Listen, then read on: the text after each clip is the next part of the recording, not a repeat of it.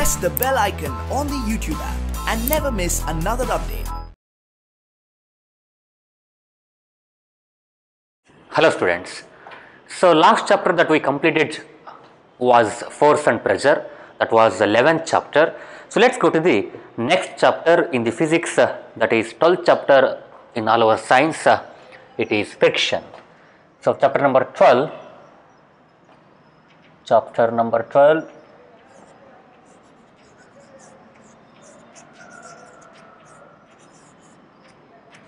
Friction.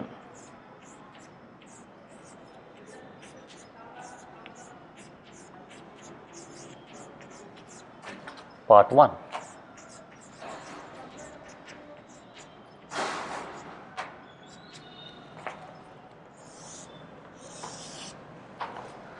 Children,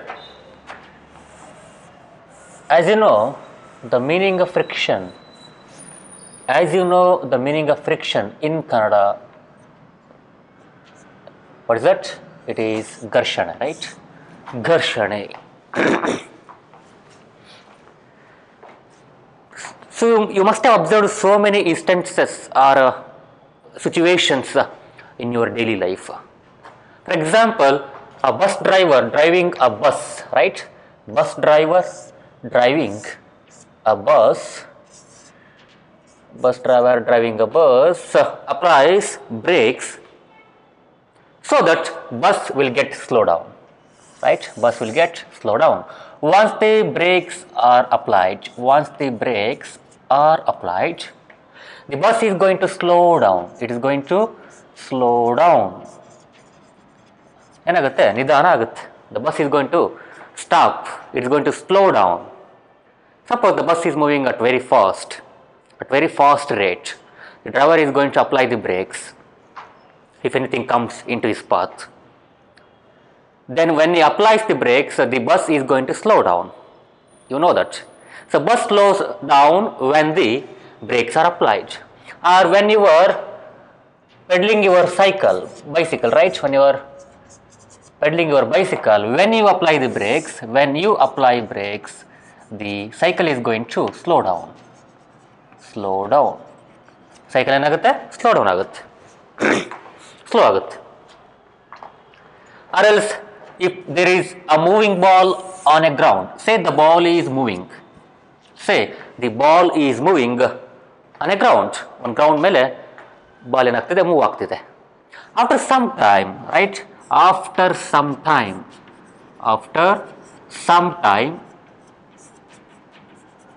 the ball slows down and it just stops. ಏನಾಗುತ್ತೆ? ನಿಲ್ಲುತ್ತೆ. Move ಆಗ್ತಕ್ಕಂಥ ಬಾಲು ಸ್ವಲ್ಪ ಸಮಯ ಮುಂದೆ ಹೋಗಿ it's going to slow down and it will just stop at a moment. ಯಾವುದೋ ಒಂದು ಕ್ಷಣದಲ್ಲಿ ಸ್ಟಾಪ್ ಆಗುತ್ತೆ, right? And it is very easy to walk on normal ground, but it is very difficult to walk on a wet ground, wet land. ಅಂದರೆ ಮಳೆ ಬಂದಾಗ ಹಸಿ ಆಗಿರುತ್ತೆ ನೆಲ ನೋಡಿ, ಎಷ್ಟು ಹುಷಾರು ಹೋಗ್ಬೇಕಲ್ವ ನೀವು. ಹಂಗೆ ನಾರ್ಮಲ್ ಸ್ಪೀಡಲ್ಲಿ ಹೋದನಪ್ಪ ಅಂದರೆ ವಾಕ್ ಮಾಡಿದರೆ ಬಿದ್ದೋಗ್ತೀರಿ, ಜಾರುತ್ತೀರಲ್ವ. So it is very difficult to walk on wet land, wet or smooth land smooth surface. So ಅಂಥ ಜಾಗದ ಮೇಲೆ ವಾಕ್ ಮಾಡೋದಂದರೆ ಭಾಳ ಕಷ್ಟ, ಬಿದ್ದು ಬಿಡ್ತೀರಿ. But it is very easy to walk on normal ground ಅಲ್ವಾ? ಸೊ ಡ್ರೈ ಇರ್ತಕ್ಕಂಥ ನಾರ್ಮಲ್ ಆಗಿರ್ತಕ್ಕಂಥ ಗ್ರೌಂಡ್ ಮೇಲೆ ವಾಕ್ ಮಾಡೋದು ಭಾಳ easy. But it is very difficult to walk on wet or smooth land. If you step your foot on banana peel, ಅಂದರೆ ಬಾಳೆಹಣ್ಣಿನ ಸಿಪ್ಪಿನ ಮೇಲೆ ಕಾಲಿಟ್ಟಾಗ ಏನಾಗುತ್ತೆ? ಬೀಳ್ತೀರಿ. If step your foot on a banana peel, you will just slide down, you will fall down. If you just place your foot on normal ground, ಅದೇ ground ಮೇಲೆ ಹಾಕಿದ್ರೆ ಕಾಲನ್ನು ಗ್ರೌಂಡ್ ಮೇಲೆ ಇಡಿಯಪ್ಪ, ಸುಮ್ಮನೆ ಇಡಿ. Just keep your foot on ground, you will not sleep, you will not fall down, right? Fall down. But if you keep your foot, if you place your foot on a banana peel, you will fall down, no doubt. Why is it so? Why the bicycle or the bus is going to slow down when the brakes are applied? You must have observed all these things. Why a ball running or moving on the ground slow down and stops after some time? ಯಾಕೆ slow ಆಗುತ್ತೆ ಸ್ವಲ್ಪ ಹೊತ್ತಾದ್ಮೇಲೆ? If you kick the ball, it just go, right? It just go, and after some time it's going to slow down and stop. Okay. And the man who is walking on a wet surface is going to fall down, no doubt. But on rough surface, he can easily walk. In a similar way, banana peel, normal place or banana peel. It's very easy to walk or place your foot on normal place, but it is very difficult to walk, or if you just place your foot on banana peel, you are going to fall down. So what's the main hidden thing behind all these things? The hidden thing, ಇಲ್ಲಿರ್ತಕ್ಕಂಥ ಮುಖ್ಯವಾದ point ಏನಪ್ಪ ಅಂದರೆ, hidden thing is friction. Friction is the main thing which comes in the backdrop of all these situations. Friction lies everywhere. There is no such place where there is no friction. Friction ಇಲ್ಲದ ಸ್ಥಳನೇ ಇಲ್ಲ, ಜಾಗನೇ ಇಲ್ಲ, ಎಲ್ಲ ಕಡೆ ಇದೆ friction. And what is this friction? ಹಾಗಾದರೆ friction ಅಂದ್ರೆ ಏನು? For all these instances, for all these situations, this is the responsible thing. And what is this thing? What do you mean by friction? So let's get into know that. So what is friction?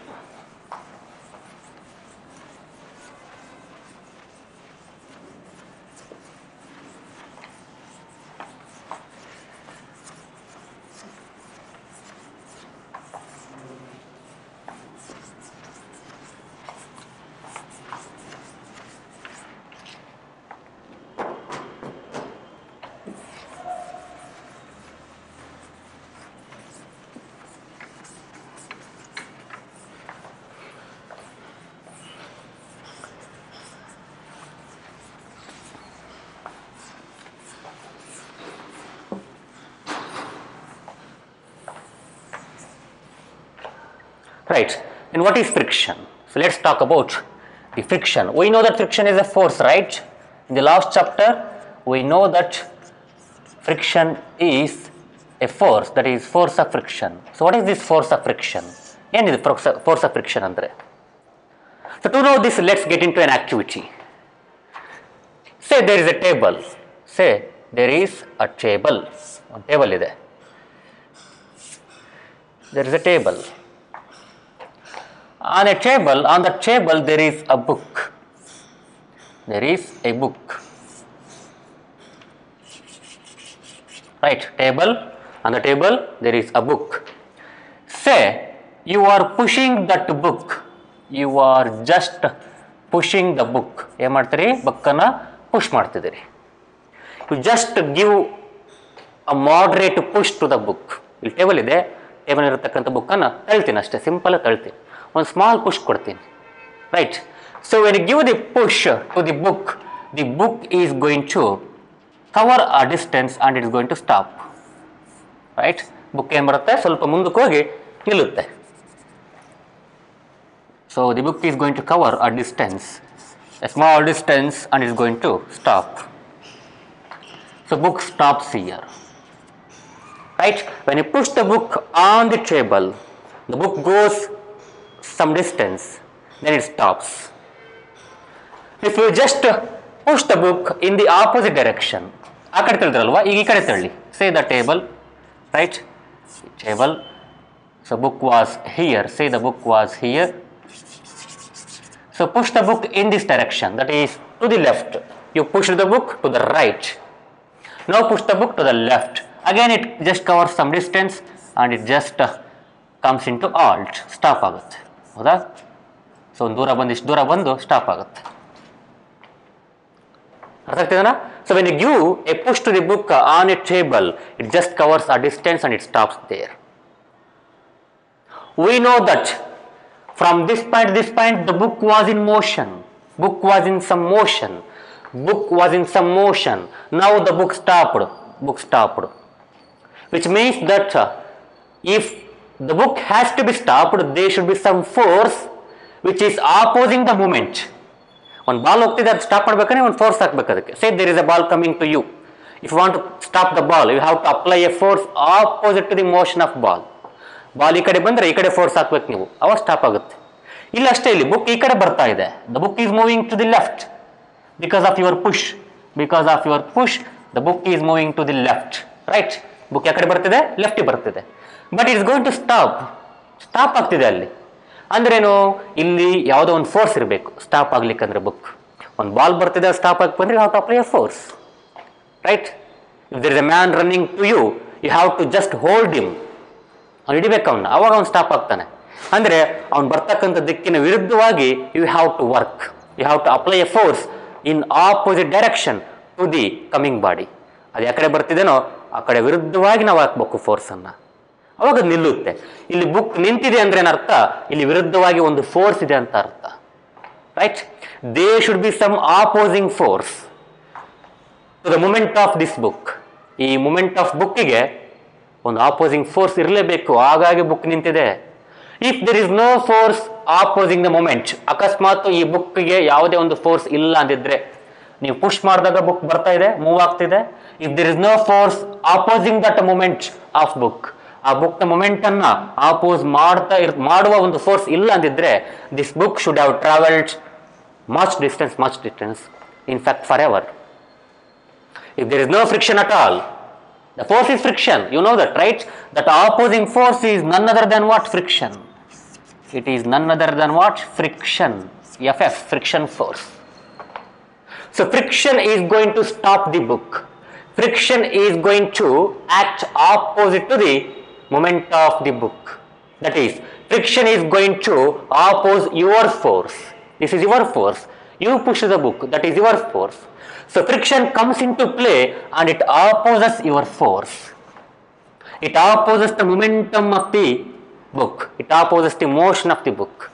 ಈ ಬುಕ್ನ ಮೋಷನ್ನ oppose ಮಾಡುತ್ತೆ. That's why the book is going to stop. ಹಾಗಾಗಿ book ಏನಾಗುತ್ತೆ ಅಲ್ಲಿ ನಿಲ್ಲುತ್ತೆ. ಅಕಸ್ಮಾತ್ friction ಇಲ್ಲ ಅಂದಿದ್ರೆ, say there is no friction at all, then book should have traveled. So ಹೋಗ್ತಾನೆ ಇರಬೇಕು. Even if you give a small push, the book should have traveled. So ಹೋಗ್ತಾನೆ ಇರಬೇಕಿತ್ತು. If the book is going to stop means there should be some opposing force, and that force is none other than friction. Friction is going to oppose the motion of book. It is going to oppose the force applied by you, applied force. Now here, your force is in this direction. The friction is in opposite direction. Frictional force or friction force, FF, right? Friction force. If you just apply a force to the left, the friction will be to the right. Following? If you apply the force to the right, the friction will be to the left. Therefore, friction always opposes the applied force. Right? Frictional force or simply friction. Friction always opposes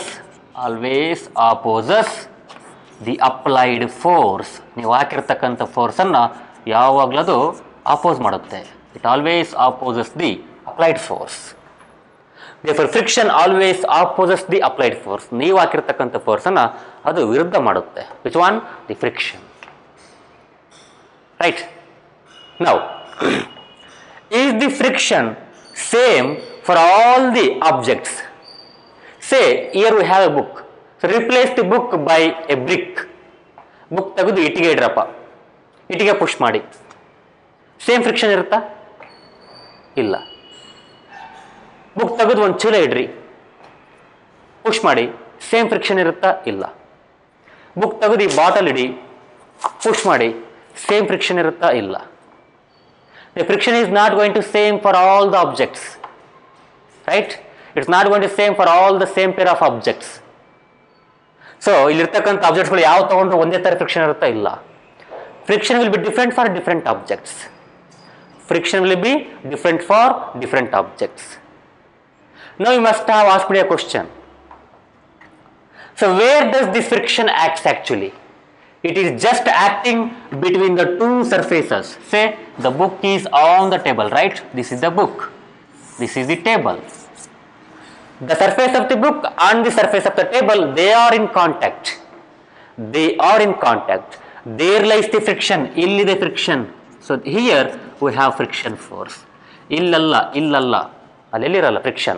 Friction lies between the two surfaces of the objects which are in contact. Here the brick and the table are in contact. The surface of the table and the surface of the brick are in contact. So there, between them, the friction force is there. Friction force is there between the two surfaces of the bodies which are in contact. ಯಾವ ಸರ್ಫೇಸ್ಗಳು contact ಅಲ್ಲಿ ಇದಾವಲ್ಲ ಅಲ್ಲಿ friction ಇರುತ್ತೆ. If you apply the force in this way, friction will be opposite to that. Friction stops your force. Friction is going to cancel your force. Sometimes ಏನಾಗುತ್ತೆ ನೋಡಿ, if you apply the force, say you are applying a small force, ಒಂದು ಇಟ್ಟಿಗೆ ಇದೆ table ಮೇಲೆ, ಒಂದಿಷ್ಟು force ಹಾಕಿರಿ, ಇಟ್ಟಿಗೆ move ಆಗಲ್ಲ. ಯಾಕೆ ಮೂವ್ ಆಗಲ್ಲ? Your applied force, your pushing force is cancelled by frictional force. ಇನ್ನು ಸ್ವಲ್ಪ ಜೋರ ಪುಷ್ ಮಾಡ್ತೀರಾ, ಇನ್ನು ಸ್ವಲ್ಪ ಜೋರ ಪುಷ್ ಮಾಡ್ತೀರಾ, ಅವಾಗಲೂ ಮೂವ್ ಆಗಲ್ಲ. ಅವಾಗ ಏನಾಗಿರುತ್ತೆ, ಅವಾಗಲೂ ಕೂಡ frictional force cancels the pushing force of you. ಇನ್ನು ಸ್ವಲ್ಪ ಜಾಸ್ತಿ ಮಾಡ್ತೀರಿ, ಅವಾಗ ಬ್ರಿಕ್ ಸ್ವಲ್ಪ ಮುಂದಕ್ಕೆ ಬಂದು ಸ್ಟಾಪ್ ಆಗುತ್ತೆ. ಸ್ವಲ್ಪ ಮುಂದಕ್ಕೆ ಬಂದು ಸ್ಟಾಪ್ ಆಗುತ್ತೆ. ಯಾವಾಗಂದ್ರೆ ಆ ಪುಷಿಂಗ್ ಫೋರ್ಸ್ ಯಾವಾಗ ಫ್ರಿಕ್ಷನ್ ಫೋರ್ಸ್ಗಿಂತ ಜಾಸ್ತಿ ಇರುತ್ತಲ್ವ, ಅವಾಗ ಮಾತ್ರ ಬ್ರಿಕ್ ಮೂವ್ ಆಗುತ್ತೆ, ಅವಾಗ ಮಾತ್ರ ಬುಕ್ ಮೂವ್ ಆಗುತ್ತೆ, ಅವಾಗ ಮಾತ್ರ ಬಾಟಲ್ ಮೂವ್ ಆಗುತ್ತೆ. ಅಂದರೆ ನಿಮ್ಮ ಅಪ್ಲೈಡ್ ಫೋರ್ಸ್ ನೀವು ಆಗ್ತಕ್ಕಂಥ force, pushing force should be at least slightly higher than, ಒಂಚೂರು ಅದು ಜಾಸ್ತಿ ಇರಬೇಕು. ಯಾರಿಗಿಂತ? ಫ್ರಿಕ್ಷನ್ಗಿಂತ. ಅವಾಗ ಮಾತ್ರ ಆಬ್ಜೆಕ್ಟು ಮೂವ್ ಆಗುತ್ತೆ. Applied force should be higher than the friction. ಒಂಚೂರಾದ್ರೂ ಜಾಸ್ತಿ ಇರಬೇಕು. ಇದು 10.1 ಆದ್ರೂ ಇರಬೇಕು ಇದು. ಅವಾಗ you can observe the movement of the body over the surface, the object over the surface. ಅರ್ಥ ಆಗ್ತಿದೆನಾ? Therefore, friction is not same for all the objects. It is different for different objects. Right? Following, it is different for different objects. Then, what are all the factors? What are all the factors that influence? Factors affecting the friction. ಯಾವ factors ಮೇಲೆ friction depend ಆಗಿರುತ್ತೆ? Affecting friction. Factors that influence friction. ಯಾವ ಫ್ಯಾಕ್ಟರ್ಸ್ಗಳು friction ಅನ್ನು decide ಮಾಡುತ್ತೆ? Right. So for that let's get into the next thing, the next activity to learn.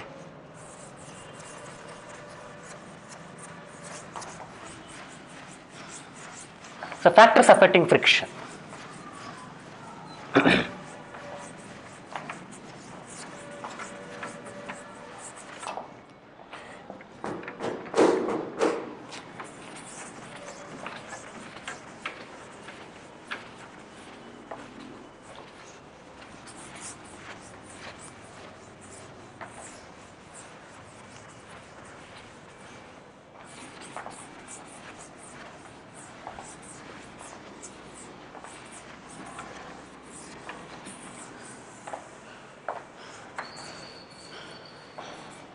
So factors affecting the friction.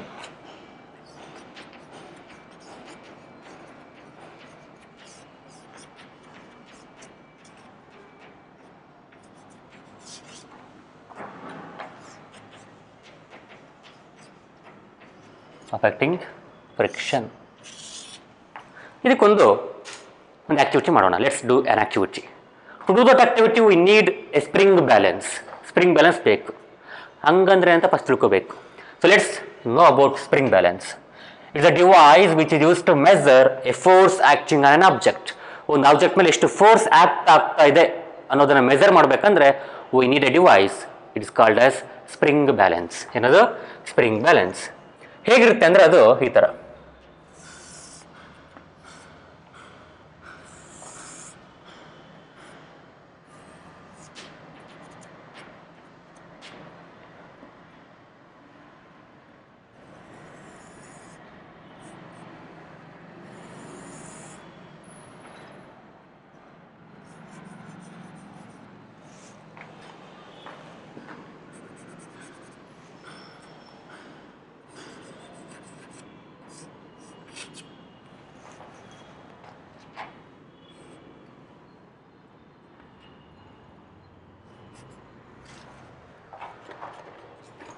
ಸ್ವಲ್ಪ ದೊಡ್ಡ ಬಿಡಿಸ್ತೀನಿ, ಕಾಣ ಅನ್ಸುತ್ತೆ ನಿಮಗೆ.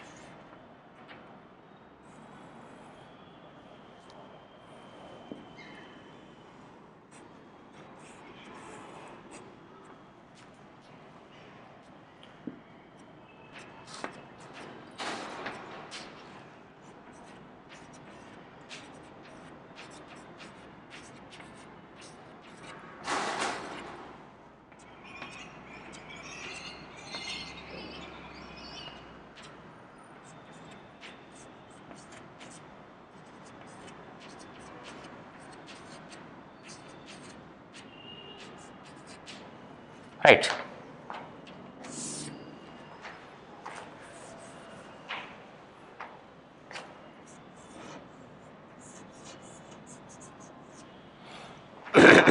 ಸಿಂಪಲ್ ಬಿಡಿಸಿದ್ದೀವಿ ನೋಡಿ. A spring balance is a device. It is a device used to measure. It is a device. Is a device used to measure. Is a device used to measure. Used to measure force acting on an object. Measure the force acting on an object. Acting the force acting on an object. ಒಂದು object ಮೇಲೆ ಎಷ್ಟು force act ಆಗ್ತಾ ಇದೆ ಅನ್ನೋದನ್ನು measure ಮಾಡಲಿಕ್ಕೆ ಬಳಸ್ತಕ್ಕಂಥ ಒಂದು ಸಾಧನ ಏನಪ್ಪ? Spring balance on on object. On on object. So that is spring balance. Spring balance has a coiled spring. It has a coiled spring. It has a coiled spring. Spring ಇರುತ್ತೆ. Coiled ಅಂದರೆ ಸುತ್ತಿರತಕ್ಕಂಥ, ಸುತ್ತಿರುವ. It's a coiled spring, very toughly coiled string, right?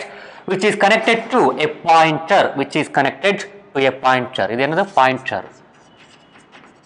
It is a pointer, right? Its hook, which is just used to hang the load. Load ಅನ್ನು hang ಮಾಡಲಿಕ್ಕೆ ಬಳಸ್ತಾರೆ. This also hook to hang the load. To hang the load. ಎರಡು ಕಡೆ hook ಇರತಕ್ಕಂಥದ್ದು. What is this 1020? This is the graduated scale. ಅಂದರೆ mark ಮಾಡಿರುವ scale. Graduated scale. Right? It is a graduated scale. ಈಗ ನೋಡಿ. If you just take this hook and fix to a ceiling, ಒಂದು ceiling fix ಮಾಡಿಬಿಡಪ್ಪ. ಒಂದು ಸೀಲಿಂಗಿಗೆ fix ಮಾಡಿ. Ceiling ಮೇಲಿರುತ್ತಲ್ಲ ceiling, ಇದನ್ನ ನೇತಾಕಿ. ಇಲ್ಲಿದಲ್ಲಿ ಈ ಹುಕ್ಕಿಗೆ ಒಂದು ಲೋಡನ್ನು ಕನೆಕ್ಟ್ ಮಾಡಿ. ಒಂದು ದೊಡ್ಡ ಬ್ಯಾಗ್, ಹತ್ತಿ ಬ್ಯಾಗು, ಮೆಕ್ಕೆಜೋಳ bag, a bag containing anything, right, which is load, which is heavy, right? Just connect, just put that or just hook that here. ಇಲ್ಲಿಗೆ ಅದನ್ನ ಹಾಕಿ. ಇದನ್ನೇನು ಮಾಡ್ಬೇಕು? ನೇತಾಕಬೇಕು. ಇದನ್ನ ಹಿಂಗೆ ಬಿಡಿಸಿದ್ದೀನಿ, ಹಿಂಗೆ ತೊಗೊಳ್ಳಿ, ಹಿಂಗೆ ಸ್ಟ್ರೈಟ್ ಮಾಡ್ಕೊಳ್ಳಿ. ನೇತಾಕಿ ಇಲ್ಲಿ ಏನು ಹಾಕ್ಬೇಕು? ಲೋಡನ್ನು ಹಾಕಬೇಕು. When you keep the load to ear, when you keep the load to ear, the spring is going to be elongated. The spring is going to be elongated. ಏನಾಗುತ್ತೆ? ಸ್ಪ್ರಿಂಗು ಎಲಾಂಗೇಟ್ ಆಗುತ್ತೆ, ಉದ್ದಾಗುತ್ತೆ. The spring is going to be elongated.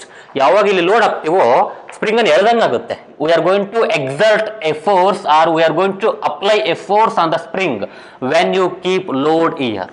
ಇಲ್ಲಿ load ಆಗ್ತಾಗ ಏನಾಗುತ್ತೆ? ಸ್ಪ್ರಿಂಗನ್ನು we are going to push, we are going to pull the spring, we are going to pull the spring R we are going to elongate the spring. ಸ್ಪ್ರಿಂಗನ್ನು elongate ಮಾಡ್ದಂಗೆ. So when the spring elongates, when there is load, spring elongates. And during the elongation of spring, the pointer just moves as per the elongation of string, not string, spring, right? ಅಲ್ಲಿರ್ತಕ್ಕಂಥ spring ಎಷ್ಟು elongate ಆಗುತ್ತೋ ಅಷ್ಟು ಪ್ರಮಾಣದಲ್ಲಿ ಈ pointer move ಆಗ್ತಾ ಇರುತ್ತೆ, right? Say if there is 10 kg rice, it just moves to, this pointer moves to 10. ಇಲ್ಲಿ ಬರುತ್ತೆ ಪಾಯಿಂಟರ್. ಅಂದರೆ ಸ್ಪ್ರಿಂಗ್ ಸ್ವಲ್ಪ ಎಲಾಂಗೇಟ್ ಆಗಿರುತ್ತೆ. ಇಷ್ಟಿರೋದು ಇಷ್ಟು ಉದ್ದ ಆಗುತ್ತೆ. 20 kg ರೈಸ್ ಹಾಕಿದ್ರೆ ಇಷ್ಟು ಉದ್ದ ಆಗುತ್ತೆ ಸ್ಪ್ರಿಂಗ್. 30 ಹಾಕಿದ್ರೆ ಇಷ್ಟು ಉದ್ದ ಆಗುತ್ತೆ, 40 ಹಾಕಿದ್ರೆ ಇಷ್ಟು ಉದ್ದ ಆಗುತ್ತೆ spring. Therefore, the elongation of the spring measures the force on the object. Measures the force on the object. ಹಾಗಾದ್ರೆ ಆಬ್ಜೆಕ್ಟ್ ಮೇಲೆ ಎಷ್ಟು ಫೋರ್ಸ್ ಆಗ್ತಿದೆ, ಇಲ್ಲಿ ನೀವು ಹಾಕಿ ತೂಕ ಮಾಡ್ತಕ್ಕಂಥದ್ದೀವಲ್ಲ, ನೀವು ಮೆಜರ್ ಮಾಡ್ತಾರೆ, ಅದೇನದು? It's the force on the rice packet applied by the earth act ಮಾಡ್ತಕ್ಕಂಥ. ಇಲ್ಲಿ ನೇತ್ ಹಾಕಿದ್ರಿ ಸ್ಪ್ರಿಂಗ್ ಅನ್ನ, ಇಲ್ಲಿದೆ, ಇಲ್ಲಿ ಹುಕ್ ಇದೆ, ಇಲ್ಲಿಗೆ ರೈಸ್ ಪ್ಯಾಕೆಟ್ ಅನ್ನ ನೀವು ಹುಕ್ಕಿ ಹಾಕ್ತೀರಿ, ಅದು ಒಂದು 10-20 ತೋರಿಸುತ್ತೆ. ಅಂದ್ರೇನು 10 or 20 which is shown by the spring balance, it is the force exerted by the earth ಇಂದ ಆ ಬ್ಯಾಗ್ ಮೇಲೆ ಆಗ್ತಕ್ಕಂಥ ಫೋರ್ಸ್, ಅದು ಗ್ರಾವಿಟೇಷನ್ ಫೋರ್ಸ್ ಅದು. ಅಥವಾ ವೆಯ್ಟ್ ಅಂತೀವಿ ನಾವು, ಅದನ್ನ ಏನಂತೀವಿ? ವೆಯ್ಟ್ ಅಂತೀವಿ. It's the weight, it's the force by the earth on that packet. So ಆ ಪ್ಯಾಕೆಟ್ ಮೇಲೆ ಎಷ್ಟು ಫೋರ್ಸ್ ಆಗ್ತದೆ ಅಂತ ಮೆಜರ್ ಮಾಡ್ಲಿಕ್ಕೆ ಏನು ಮಾಡ್ತೀವಿ ನಾವು? ಸ್ಪ್ರಿಂಗ್ ಬ್ಯಾಲೆನ್ಸ್ ಯೂಸ್ ಮಾಡ್ತೀವಿ. So as how the spring expands or elongates, the pointer just moves according to that. ಅದ್ರ ತಕ್ಕಂತೆ ಪಾಯಿಂಟರ್ ಮೂವ್ ಆಗುತ್ತೆ. So the pointer shows the number on the graduated scale. So that shows the magnitude or the amount or the quantity of force acting on that object ಮೇಲೆ ಎಷ್ಟು force ಆಗ್ತಿದೆ ಅಂತಂದು decide ಮಾಡುತ್ತೆ. So this is how the spring balance works. So why it is necessary for us? So for our study, for our activity, this is necessary. So ಇಲ್ಲೇ ತೋರಿಸ್ತೀನಿ ನಾನು ಒಂದು ಏನು ಮಾಡ್ತೀವಿ, we are going to take a thread ತಗೊತೀನಿ. I am going to take a thread. ಏನು ಮಾಡ್ತೀನಿ? Thread ತಗೋತೀನಿ. ಇಲ್ಲಿ ಒಂದು ಇಟ್ಟಿಗೆ ಇದೆ, ಏನಿದೆ? ಇಟ್ಟಿಗೆ, brick is present on a table. ಅದು ಹಿಂಗೆ ತೋರ್ಸಕ್ಕೆ ಬರಲ್ಲ, let me show different way. So we have a brick. So ಈ ದಾರನ ಸುತ್ತೋರ್ದೀನಿ, ಈ ಬ್ರಿಕ್ಕಿಗೆ ಕಟ್ಟಿ ಏನು ಮಾಡಿದ್ದೀನಿ, ಅದನ್ನ ಇಲ್ಲಿ ಕನೆಕ್ಟ್ ಮಾಡಿದ್ದೀನಿ. Right. Brick it is present on a what? It is present on a table. Say it is present on a table. ಇಲ್ಲಿ ಕೆಲ ಟೇಬಲ್ ಇದೆ, it is present on a table surface. ಏನದು? Table surface. So I tied a thread to the brick and I connected that to the hanging piece of the spring balance. Connect ಮಾಡಿದ್ದೀನಾ? ಇಲ್ಲಿ ಕಟ್ಟಿದ್ದೀನಿ. ಅದ್ರ ಪಡಿ ಅದೈತೆ, ಇದ್ರ ಪಡಿ ಇದೈತೆ, ಕನೆಕ್ಟ್ ಮಾಡಿದ್ದೀನಿ. But I want to know the friction between the brick and the table. We know that if I just push this brick, the friction force is going to act between the brick and the floor, that is table. Friction force ಇರುತ್ತೆ. ಎಷ್ಟು force ಇರುತ್ತೆ, ಹೆಂಗೆ measure ಮಾಡ್ಬೋದು ನಾವು? By using spring balance. ಈಗ ನೋಡಿ, brick static ಆಗಿದೆ, ರೆಸ್ಟಲ್ಲಿದೆ. The brick is at rest now, it just at rest. I want to move it, just move it. ಒಂಚೂರು ಮೂವ್ ಮಾಡಬೇಕಷ್ಟೆ. ಮೂವ್ ಅಂದರೆ ದರ ಇಳಿಯೋದಲ್ಲ ಹಂಗೆ. I don't want to pull that brick by very hard, not by hard. Just I want to move the BRIC in a small amount. ಇನ್ನೇನು move ಆಗುತ್ತಪ್ಪ, ನೀವು ಸ್ವಲ್ಪ force ಹಾಕಿ move ಆಗಲ್ಲ. ಅಂದರೆ ಇಲ್ಲಿ ಹಿಡ್ಕೊಂಡು ಎಳಿರಿಂಗೆ, ಈ ಕಡೆ ಹಿಡ್ಕೊಂಡು ಎಳಿರಿಂಗೆ, ಸುಮ್ಮನೆ ಎಳಿರಿ ಅಷ್ಟೇ. ಇದು ದೊಡ್ಡದಾಗಿದೆ ಡಯಾಗ್ರಾಮ್, ಇದು ಇಷ್ಟಿರಲ್ಲ, ದೊಡ್ಡದಾಗಿದೆ. ನಾನು ಬಿಡಿಸೋದಕ್ಕೆ ಅದನ್ನೇ ಯೂಸ್ ಮಾಡ್ಕೊಂಡು ಇಲ್ಲಿ ತೋರಿಸಿದ್ದೀನಿ. I have to show this diagram as per the size of brick ತಕ್ಕಂತೆ ತೋರಿಸ್ಬೇಕಿತ್ತು ನಾನು ಇಲ್ಲಿ. But it is very big in diagram, in size, right? So adjust ಮಾಡ್ಕೊಳ್ಳಿ. So when I just pull this end, no, if you pull that end by small amount of force, it is not going to move. ಯಾಕೆ ಹೇಳಿ? Friction force ಇರುತ್ತೆ ನೋಡಿ, friction force ಇರುತ್ತೆ. ನಾಗಲೇ ಹೇಳಿದ್ದೆ ನಾನು, ನೀವು ಆಗ್ತಕ್ಕಂಥ ಅಪ್ಲೈಡ್ ಫೋರ್ಸು, ಇದೇನದು? Applied force. ನೀವು ಆಗ್ತಕ್ಕಂಥ ಅಪ್ಲೈಡ್ ಫೋರ್ಸು, ಯಾರು ಆಗ್ತಿದ್ರೆ ಅಪ್ಲೈಡ್ ಫೋರ್ಸ್? ಇಲ್ಲಿ ಆಗ್ತಿದೆ ನೋಡಿ. So this is applying force or applied force. ಅದೇ ಈ ಕಡೆ ಇರತಕ್ಕಂಥ ಫೋರ್ಸ್ ನಾನು ಅಲ್ಲಿ ತೋರಿಸಿದ್ದೀನಿ ಅಷ್ಟೇ. ಇಲ್ಲಿ ಹಾಕಿದ್ರೆ ಫೋರ್ಸ್ ಇಲ್ಲಿ ಬಂದು ಆಕ್ಟ್ ಆಗುತ್ತದೆ, right? Your pulling force is the applied force. ನೀವು ಎಳಿತಕ್ಕಂಥ ಫೋರ್ಸ್ ಏನಿದೆ? Applied force. ಅಪ್ಲೈಡ್ ಫೋರ್ಸ್ನ ಆಪೋಸಿಟ್ ಏನಿರುತ್ತೆ? ಫ್ರಿಕ್ಷನಲ್ ಫೋರ್ಸ್ ಇರುತ್ತೆ. ಏನಿರುತ್ತೆ? ಫ್ರಿಕ್ಷನ್ ಫೋರ್ಸ್ ಇರುತ್ತೆ. ನೀವು ಸುಮ್ಮನೆ ಒಂದು ಚೂರು ಫೋರ್ಸ್ ಹಾಕಿದ್ರೆ ಮೂವ್ ಆಗಲ್ಲ. ಅಂದ್ರೇನು? Friction force cancel the applied force. ಇಂಚೂರು ಜಾಸ್ತಿ ಹಾಕಿ, ಇಂಚೂರು ಜಾಸ್ತಿ ಎಲ್ಲಿರಲ್ಲಿ ಮೂವ್ ಆಗಲ್ಲ. ಅಂದ್ರೇನು? Friction force cancel the applied force. ಆಗ್ತಕ್ಕಂಥ ಫೋರ್ಸನ್ನು ಕ್ಯಾನ್ಸಲ್ ಮಾಡಿದೆ. ಇದು ಸ್ವಲ್ಪ ಜಾಸ್ತಿ ಹಾಕಿ ಹೆಂಗೆ ಹಾಕ್ಬೇಕಂದ್ರೆ ಸುಮ್ಮನೆ ಜಸ್ಟ್ ಮೂವ್ ಆಗಬೇಕಷ್ಟೇ. ಅದು ಸುಮ್ಮನೆ ಚೂರು ಮೂವ್ ಆಗಬೇಕು. ಇವೆಂದು ಅಪ್ಲೈಡ್ ಫೋರ್ಸ್ ಮತ್ತು ಫ್ರಿಕ್ಷನ್ ಫೋರ್ಸ್ ಎರಡು ಈಕ್ವಲ್ ಆದಾಗ ಕೂಡ ಮೂವ್ ಆಗಲ್ಲ. ಒಂಚೂರು ಜಾಸ್ತಿ ಹಾಕಿ ಅಷ್ಟೇ, ಒಂಚೂರು ಪಾಯಿಂಟ್ ಲೆಕ್ಕದಲ್ಲಿ ಜಾಸ್ತಿ ಹಾಕಿ ಅಪ್ಲೈಡ್ ಫೋರ್ಸನ್ನು. ರೈಟ್, ಇದಕ್ಕಿಂತ ಸ್ವಲ್ಪ ಫ್ರಿಕ್ಷನ್ ಫೋರ್ಸ್ಗಿಂತ plus friction force plus some some little amount of force, ಏನೋ 1.01 ಒಂಚೂರು ಜಾಸ್ತಿ, ಲಿಟ್ಲ್ ಜಾಸ್ತಿ, little more than frictional force. ಅದಕ್ಕೆ ಒಂಚೂರು ಜಾಸ್ತಿ ಹಾಕ್ಬೇಕು, ಒಂಚೂರು ಹೆಚ್ಚು ಹಾಕ್ಬೇಕು. ಅವಾಗ ಏನಾಗುತ್ತೆ, ಬ್ರಿಕ್ ಏನಾಗುತ್ತೆ, ಹಂಗೆ ಒಂಚೂರು ಜಸ್ಟ್ ಮೂವ್ ಆಗುತ್ತೆ, ಜಸ್ಟ್ ಮೂವ್ ಆಗುತ್ತೆ. ಅವಾಗ ಏನನ್ಬೋದು, so that gives you friction force. Not exactly friction force, ಅದು ಫ್ರಿಕ್ಷನ್ ಫೋರ್ಸ್ ಅಲ್ಲ, ಒಂಚೂರು ಜಾಸ್ತಿ ಇರುತ್ತೆ. ಇದು ಜಾಸ್ತಿ ಇರುತ್ತಲ್ಲ, ಒಂಚೂರು ಜಾಸ್ತಿ ಇರುತ್ತಲ್ವ, ಬಿಟ್ಟಾಕ್ಬಿಡಿ, ಏನಾಗಲ್ಲ. ಒಂಚೂರು ಇದೆ ಜಾಸ್ತಿ ಅಂತ ಅಂದ್ಕೊಂಡು ಯಾರು ಕಡಿಮೆ ಆಗುತ್ತೆ ಅಂದ್ಕೊಂಡು, so whatever the amount of force that you are going to apply here, so that gives you the amount of friction. Exact value ಏನು, ಅಪ್ಲೈಡ್ ಫೋರ್ಸು ಮತ್ತು ಫ್ರಿಕ್ಷನ್ ಫೋರ್ಸು ಎರಡು ಈಕ್ವಲ್ ಆಗಿರ್ತವೆ, ಅವಾಗ ಮೂವ್ ಆಗಲ್ಲ. ರೈಟ್, ಅವಾಗ move ಆಗಲ್ಲ. So move ಆಗಿದೆ ಅಂದ್ರೆ ಏನು, so when you apply the force as per your force, the spring is going to elongate. It's going to elongate. Elongate ಆಗುತ್ತೆ, ಉದ್ದ ಆಗುತ್ತೆ, ಸ್ಪ್ರಿಂಗ್ ಎಕ್ಸ್ಪ್ಯಾಂಡ್ ಆಗುತ್ತೆ. ಎಲ್ಲೂರಿಗೆ ಎಕ್ಸ್ಪ್ಯಾಂಡ್ ಆಗುತ್ತೆ ಅಂದ್ರೆ ಎಲ್ಲೂರಿಗೆ ಎಕ್ಸ್ಪ್ಯಾಂಡ್ ಮಾಡ್ಬೇಕು ನೀವು, ಅಂದ್ರೆ ಎಲ್ಲೂರಿಗೆ ಫೋರ್ಸ್ ಹಾಕ್ಬೇಕಂದ್ರೆ ಇರ್ತಕ್ಕಂಥ ಬ್ರಿಕ್ ಒಂಚೂರು ಮೂವ್ ಬೇಕು. It has to just move. Move ಅಲ್ಲ, ಮೂವ್ ಅಂದ್ರೆ ಸುಮ್ಮನೆ ದರ ಎಳೆಯೋದಲ್ಲ, ಸುಮ್ಮನೆ ಒಂಚೂರು ಅದ್ರ ಪ್ಲೇಸಿಂದ ಒಂಚೂರು ಡಿಸ್ಪ್ಲೇಸ್ ಆಗಬೇಕು ಅಷ್ಟೇ, ತನ್ನ ಪ್ಲೇಸಿಂದ ಒಂಚೂರು ಮೂವ್ ಆಗಬೇಕು. It has to move by just moment or for small moment. ಅವಾಗ ಏನಾಗುತ್ತೆ, ಅಲ್ಲಿ ಸ್ಪ್ರಿಂಗ್ ಒಂಚೂರು ಮೂವ್ ಆಗಿರುತ್ತೆ, ಸೇ ಒಂದು 10-20 ಎಷ್ಟು ಮೂವ್ ಆಗಿರುತ್ತೆ ಇಲ್ಲಿಗೆ, ಇಲ್ಲಿ pointer. So that gives the amount of friction between the brick and the table. ಅರ್ಥ ಆಗ್ತಿದೆನಾ? ರೈಟ್, ಈಗ ನಾನೇ ಮಾಡ್ತೀನಿ, ಈ ಬ್ರಿಕ್ಕಿಗೆ ಒಂದು ಪಾಲಿಥೀನ್ ಕವರ್ ಹಾಕ್ತೀನಪ್ಪ, ಬ್ಯಾಗಡಿ ಕವರ್ ಅಂಗಡಿಗಿರ್ತಾವಲ್ಲ ಕವರ್ಗಳು, ರೈಟ್, ಪ್ಲಾಸ್ಟಿಕ್ ಕವರ್ಗಳು. ರೈಟ್, ಪಾಲಿಥೀನ್ ಕವರನ್ನು ಹಾಕಿ, ಇದ್ರ ಮೇಲೆ ಪಾಲಿಥೀನ್ ಕವರನ್ನು ಹಾಕಿ, ಈಗ ನೋಡಪ್ಪ ಫಸ್ಟು ಪಾಲಿಥೀನ್ ಕವರ್ ಹಾಕಕ್ಕೆ ಮುಂಚೆ ಸೇ ಪಾಯಿಂಟರು ಒಂದು 20 ಬಂತಪ್ಪ, it showed 20 friction is 20 Newton, say 20 Newton. It is A force, that's why unit is Newton. ಹೀಗೆ ಮಾಡ್ತೀರಿ. ಸೆಕೆಂಡ್ ಸಿಚುವೇಶನ್ ಅಲ್ಲಿ ಪಾಲಿಥೀನ್ ಕವರ್ ಅನ್ನು ಹಾಕಿ ಆಮೇಲೆ ಅದ್ರ ಮೇಲೆ ದಾರ ಕಚ್ಚಿ ಆಮೇಲೆ ಅದು ಕನೆಕ್ಟ್ ಮಾಡಿ. Now pull the brick so that it just moves. ಅವಾಗ ಏನಾಗುತ್ತೆ, that gives the friction in the second situation. In the second situation, friction in the first situation 20 Newton. Friction in the second situation ಕಡಿಮೆ ಆಗುತ್ತೆ, ಜಾಸ್ತಿ ಆಗುತ್ತೋ? No doubt, if you think clearly and cleverly, it will be less than the first scenario. ಬ್ರಿಕ್ಕಿಗೆ plastic cover ಕಟ್ಟಿ ಆಮೇಲೆ ಎಳಿರಿ, ಸ್ವಲ್ಪ ಈಸಿಯಾಗಿ ಎಳಿಬೋದು ನೀವು. ಅದೇ ಏನು ಕಟ್ಟಲಿದಂಗೆ ಎಳಿರಿ ಸ್ವಲ್ಪ ಕಷ್ಟ ಆಗುತ್ತೆ ಎಳಿಲಿಕ್ಕೆ. ಅಂದರೆ friction in the first case will be more, therefore friction in the second case will be less compared to the first one. ಅರ್ಥ ಆಗ್ತಿದೆನಾ? ಹಾಗಾಗಿ ಇಲ್ಲಿ ಒಂದು ಕವರನ್ನು, ಒಂದು ಪ್ಲಾಸ್ಟಿಕ್ ಕವರ್ ಅಥವಾ ಒಂದು ಪಾಲಿಥೀನ್ ಕವರನ್ನು ಹಾಕಿ ಹೇಳಿದ್ರೆ ಸ್ವಲ್ಪ ಈಸಿಯಾಗಿ ಬರುತ್ತೆ. ಅಂದ್ರೇನು ಈಸಿಯಾಗಿ ಬರುತ್ತೆ ಅಂದ್ರೇನು, ಫ್ರಿಕ್ಷನ್ ಕಡಿಮೆ ಇದೆ ಅಂತ ಅರ್ಥ. ಈಸಿಯಾಗಿ ಬರುತ್ತೆ ಅಂದರೆ ಫ್ರಿಕ್ಷನ್ ಫೋರ್ಸ್ ಆಪೋಸಿಂಗ್ ಫೋರ್ಸ್ ಕಡಿಮೆ ಇದೆ ಅಂತ ಅರ್ಥ. ಅರ್ಥ ಆಗ್ತಿದೆನಾ? ನಾವು ಎಳಿಬೇಕಾದ್ರೆ ಈಸಿಯಾಗಿ ಬಂದರೆ ಆಪೋಸಿಂಗ್ ಫೋರ್ಸ್ ಕಡಿಮೆ ಇದೆ ಅಂತ ಅರ್ಥ. ಹೇಗೆ ಕಡಿಮೆ ಆಯಿತು? By using a polythene cover on the brick ಮೇಲೆ ಪಾಲಿಥೀನ್ ಕವರ್ ಹಾಕಿದ ಮೇಲೆ ಸ್ವಲ್ಪ ಕಡಿಮೆ ಆಯಿತು ಫೋರ್ಸ್. ನಾವು ಹಾಕ್ತಕ್ಕಂಥ ಎಫರ್ಟ್ ಕಡಿಮೆ ಹಾಕ್ಬೋದು.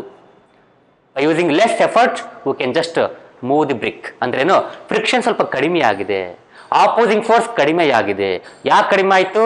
By using the plastic cover or polythene ಕವರನ್ನು ಯೂಸ್ ಮಾಡಿದ್ರಿಂದ ಫ್ರಿಕ್ಷನ್ ಸ್ವಲ್ಪ ಕಡಿಮೆ ಆಯಿತು.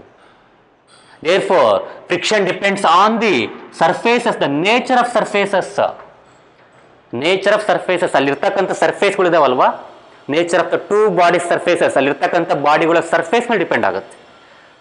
The nature of the surfaces decides the amount of friction. ಬ್ಯಾಗಡಿ ಕವರ್ ಹಾಕಿದಾಗ, ಅಂದರೆ ಪ್ಲಾಸ್ಟಿಕ್ ಕವರ್ ಹಾಕಿದಾಗ ಏನಾಗಿತ್ತು, ಭಾಳ ರಫ್ ಇತ್ತು. ಇಟ್ಟಿಗೆ ಹೆಂಗಿರುತ್ತೆ, ಭಾಳ ರಫ್ ಇರುತ್ತೆ. ಟೇಬಲ್ ಕೂಡ ರಫ್ ಇತ್ತು, ಒಂದು ಲೆಕ್ಕಕ್ಕೆ ರಫ್ ಇತ್ತು.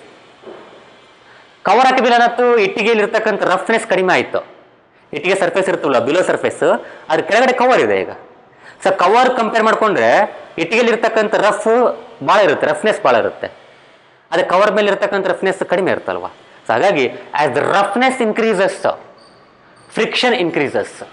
As the smoothness increases, if the bodies surfaces are smooth, then the friction is small. If there is no smooth surface, friction will be more. ಅಂದರೆ ಸರ್ಫೇಸ್ಗಳು ರಫ್ ಆದರೆ ಫ್ರಿಕ್ಷನ್ ಜಾಸ್ತಿ ಇರುತ್ತೆ. So that's the factor which decides is the smoothness of the surfaces. ಎಷ್ಟು smooth ಇರುತ್ತಪ್ಪ, ಭಾಳ smooth ಇದ್ರೆ less friction, ಸ್ವಲ್ಪ smooth ಇದ್ರೆ more friction. ಸ್ವಲ್ಪ ಸ್ಮೂತ್ ಅಂದ್ರೆ ರಫ್ ಇರೋದಂತ ಅರ್ಥ. Therefore, the smoothness of the surfaces of the bodies decides the friction or it affects the friction. Friction ಅದ್ರ ಮೇಲೆ ಡಿಪೆಂಡ್ ಆಗುತ್ತೆ. ಅರ್ಥ ಆಗ್ತಿದೆನಾ?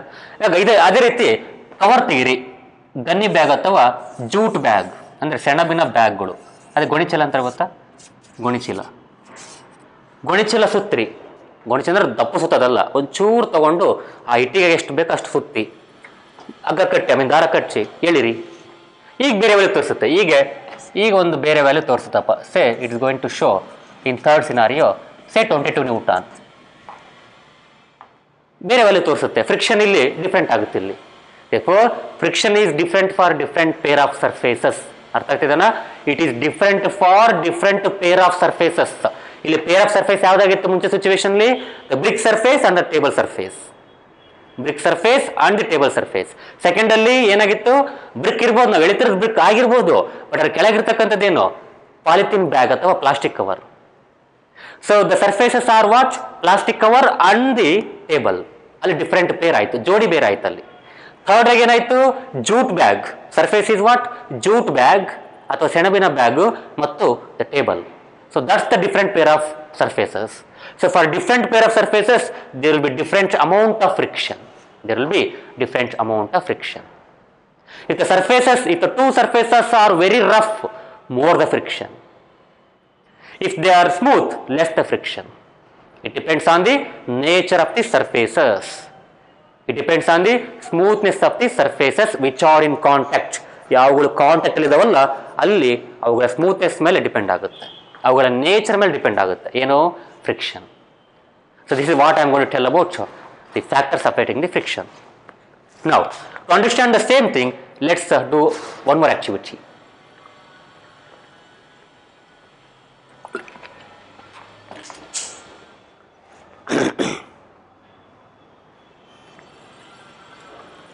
ಈಗ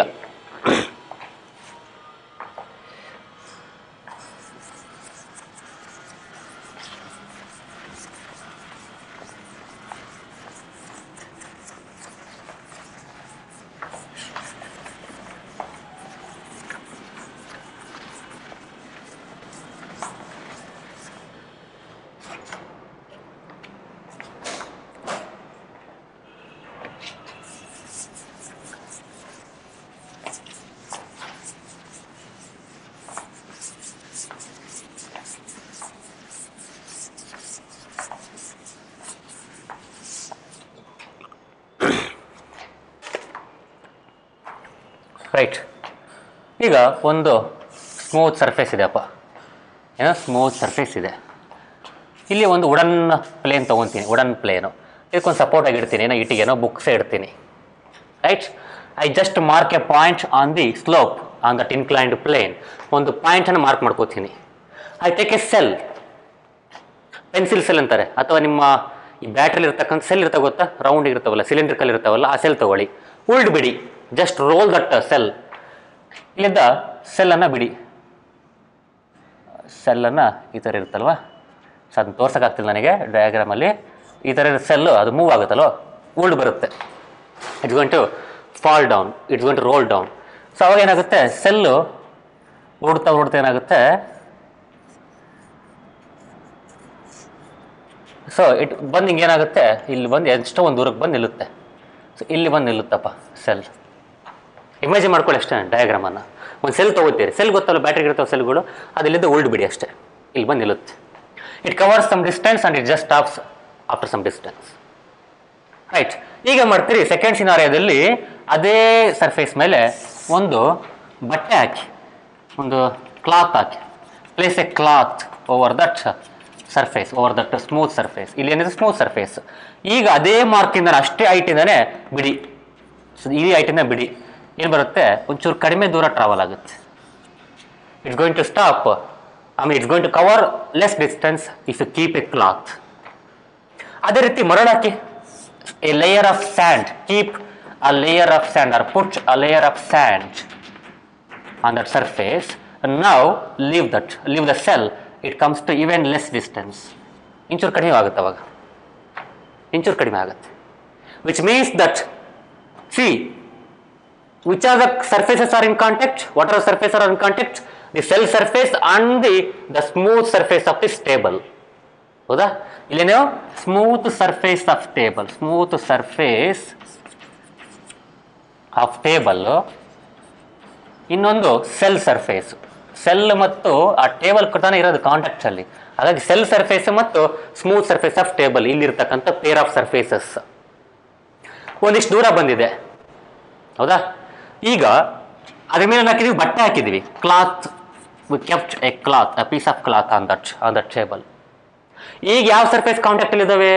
the cloth surface and the cell surface are in contact. ಸ್ವಲ್ಪ ದೂರ ಬಂದಿದೆ ಅಂದ್ರೆ ಏನರ್ಥ? ಫ್ರಿಕ್ಷನ್ ಜಾಸ್ತಿ ಇದೆ ಅಂತ ಅರ್ಥ. ಇಲ್ಲಿ ಬಹಳ ದೂರ ಮೂವ್ ಆಗಿದೆ ಅಂದ್ರೆ ಏನರ್ಥ? ಫ್ರಿಕ್ಷನ್ ಕಡಿಮೆ ಇದೆ ಅಂತ ಅರ್ಥ. Here friction is less, say F1, friction in the first situation, first scenario. This is F2, this is F3, friction in the third scenario. ಏನಾಗುತ್ತೆ ಇಲ್ಲಿ? Because of the cloth and this dry cell, no, or the pencil cell, it has covered the less distance because there might be more friction compared to the first scenario. ಇಲ್ಲಿ ಅದಕ್ಕಿಂತ ಕಡಿಮೆ ದೂರ ಹೋಗುತ್ತೆ ಅಂದ್ರೆ ಇಲ್ಲಿ ಅದಕ್ಕಿಂತ ಜಾಸ್ತಿ ಫ್ರಿಕ್ಷನ್ ಇರುತ್ತೆ ಅಂತ ಅರ್ಥ. ಈ ಬಾಲ್ ಗ್ರೌಂಡ್ ಮೇಲೆ ಹೋಗ್ತಾ ಇರುತ್ತೆ, ಸ್ವಲ್ಪ ದೂರ ಹೋದ್ರೆ ಸೇ ಒಂದು ಗ್ರೌಂಡ್, 2 ಗ್ರೌಂಡ್, 3 ಗ್ರೌಂಡ್ ಇದಾವಪ್ಪ, ಬಾಲ್ ದೂಕ್ತೀಯ ಒಂದು ಗ್ರೌಂಡ್ ಮೇಲೆ, ಒಂಚೂರು ದೂರ ಹೋಯ್ತು, ಇನ್ನೊಂದು ಗ್ರೌಂಡ್ ಮೇಲೆ ದೂಕ್ತೀಯ, ಅಥವಾ ಭಾಳ ದೂರ ಓದ್ತದು, ಇನ್ನೊಂದು ಮೇಲೆ ದೂಕ್ತೀಯ, ಸ್ವಲ್ಪ ದೂರ ಓದ್ತು ಅಂದ್ರೇನು? ಈ 3ನೇ ಗ್ರೌಂಡಲ್ಲಿ ಫ್ರಿಕ್ಷನ್ ಜಾಸ್ತಿ ಇದೆ, ಹಾಗಾಗಿ ಇನ್ನು ಹಾಕಿರ್ತಕ್ಕಂಥ ಫೋರ್ಸನ್ನು ಆ ಫ್ರಿಕ್ಷನ್ ಫೋರ್ಸು ಕ್ಯಾನ್ಸಲ್ ಮಾಡಿದೆ. It's going to abrupt, it's going to destroy your force. ಅಂದ್ರೆ ಏನರ್ಥ? ಆ 3ನೇ ಗ್ರೌಂಡಲ್ಲಿ ಜಾಸ್ತಿ ಫ್ರಿಕ್ಷನ್ ಇದೆ, ಕಡಿಮೆ ದೂರ ಹೋದನಪ್ಪ ಅಂದ್ರೆ ಅಲ್ಲಿ ಜಾಸ್ತಿ ಫ್ರಿಕ್ಷನ್ ಇರುತ್ತೆ ಅಂತ ಅರ್ಥ. Common sense. Therefore, ಅಲ್ಲಿಗೆ ಇಲ್ಲಿ ಫ್ರಿಕ್ಷನ್ ಜಾಸ್ತಿ ಇರುತ್ತೆ. Which means that for different pair of materials, for different pair of surfaces, friction is different. ಅಲ್ಲಿಗೆ ಫ್ರಿಕ್ಷನ್ ಏನಾಗುತ್ತೆ? It depends on the roughness. ಇಲ್ಲಿ ಏನಾಗುತ್ತೆ? Cloth is rough than the smooth table. Sand is rough than the cloth itself. ಈ and ಇದೆ ಅಲ್ವಾ, layer of and, it may be more rough than the cloth. ಹಾಗಾಗಿ ಸ್ವಲ್ಪ ದೂರ ಬಂದಿದೆ. ಅದೇ ಪೌಡ್ರ್ ಹಾಕ್ಬಿಡಿ, ಪೌಡ್ರ್ ಭಾಳ ಚೆನ್ನಾಗಿರೋ ಸ್ಮೂತ್ ಪೌಡ್ರ್ ಹಾಕಿ ಇನ್ನು ಸ್ವಲ್ಪ ದೂರ ಹೋಗ್ಬೋದೇನು, ಅವಾಗ ಫ್ರಿಕ್ಷನ್ ಕಡಿಮೆ ಆಗ್ಬೋದು ಅವಾಗ ಅಲ್ವಾ? Therefore, the friction depends on what? It depends on the nature of surfaces or nature of the bodies which are in contact. Nature of surfaces of the bodies in contact. Contact ಅಲ್ಲಿ ಇರತಕ್ಕಂಥ ಸರ್ಫೇಸ್ಗಳ nature ಮೇಲೆ depend ಆಗುತ್ತೆ. That is it depends on smoothness of the bodies, smoothness of surfaces or bodies, smoothness of surfaces or bodies. So ಅದ್ರ ಮೇಲೆ depend ಆಗುತ್ತೆ ಏನು? Friction ಅನ್ನೋದು. ಅರ್ಥ ಆಗ್ತಿದೆನಾ? So friction depends on the nature of surfaces. So first of all why there is friction? ಆಯಿತು, ಇವುಗಳ ಮಧ್ಯೆ ಫ್ರಿಕ್ಷನ್ ಇರುತ್ತೆ, ಅವೆರಡು ಸರ್ಫೇಸ್ಗಳ ಮಧ್ಯೆ ಫ್ರಿಕ್ಷನ್ ಇರುತ್ತೆ. ಯಾಕೆ ಫ್ರಿಕ್ಷನ್ ಇರುತ್ತೆ? Why there should be friction? How the friction gets into there? ಹೇಗೆ ಫ್ರಿಕ್ಷನ್ ಅಲ್ಲಿ ಬರುತ್ತೆ? How the friction occurs there? ಹೇಗೆ ಫ್ರಿಕ್ಷನ್ ಉಂಟಾಗುತ್ತೆ?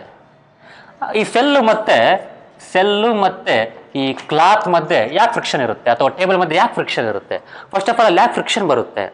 ನಾನು ಈ ಕೈಯನ್ನು ಉಜ್ಜಿದಾಗ ಬೋರ್ಡ್ಗೆ ಕೈಯನ್ನು ಉಜ್ಜಿದಾಗ ಅಲ್ಲಿ ಫ್ರಿಕ್ಷನ್ ಇರುತ್ತೆ, ಅಲ್ಲಿ ಘರ್ಷಣೆ ಇರುತ್ತೆ. ಯಾಕಿರುತ್ತೆ first of all? So about that we are going to learn in detail in the next class. So why the friction occurs between the two surfaces and much more on the friction in the next part, that is in the part 2 of the friction. Until then, watch the video and enjoy. Bye bye. Thank you.